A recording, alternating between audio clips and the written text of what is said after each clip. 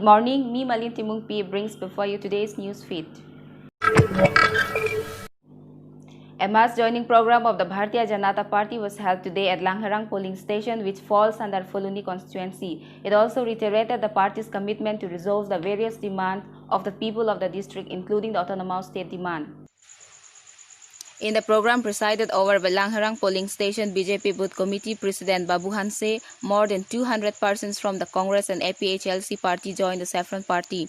Karbi Anglong Autonomous Council MAC Dorsing Ronghang strongly stated the party will emerge victorious in the coming assembly polls.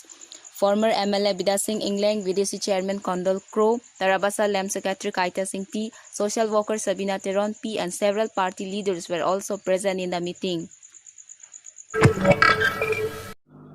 ASDC Central Committee members met at former EM Rajendra Rongpi's residence, criticizing the National Party's appeal to the people to vote the party back to power in the district.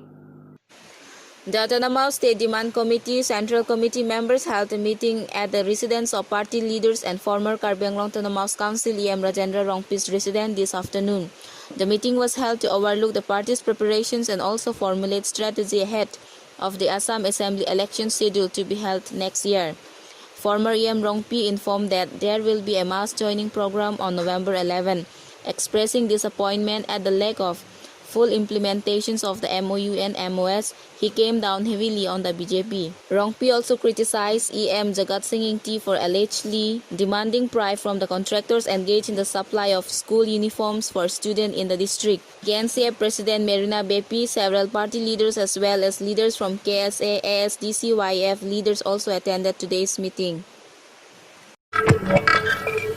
Adieu viewers, have a bright day ahead.